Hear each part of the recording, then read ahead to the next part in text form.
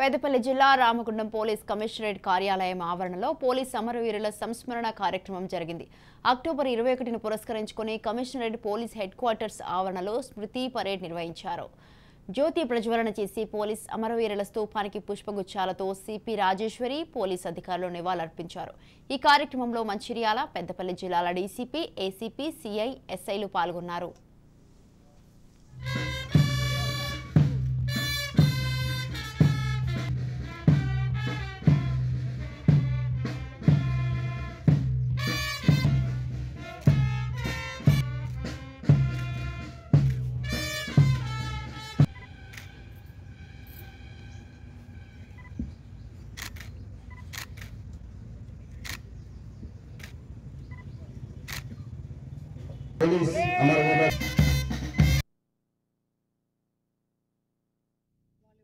సభ్యుల ఆధ్వర్యంలో ఈ యొక్క దినం ఈరోజు ఇక్కడ స్మృతి పరేడ్ ద్వారా ఆచరిస్తున్నాము.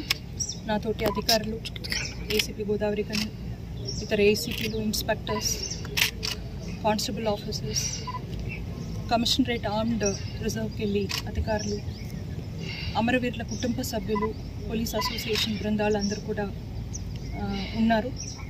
అందరితో పాటు కలిసి ఈ రామగుండం పోలీస్ కమిషనరేట్ పరిధిలో 1993 నుంచి వాళ్ళ యొక్క అమూల్యమైనటువంటి జీవితం త్యాగం చేసి డ్యూటీ చేస్తున్నటువంటి క్రమంలో వాళ్ళ యొక్క జీవితం త్యాగం చేసినటువంటి మా ఒక అధికారులను ఈరోజు గుర్తు చేసుకోవడం జరిగింది.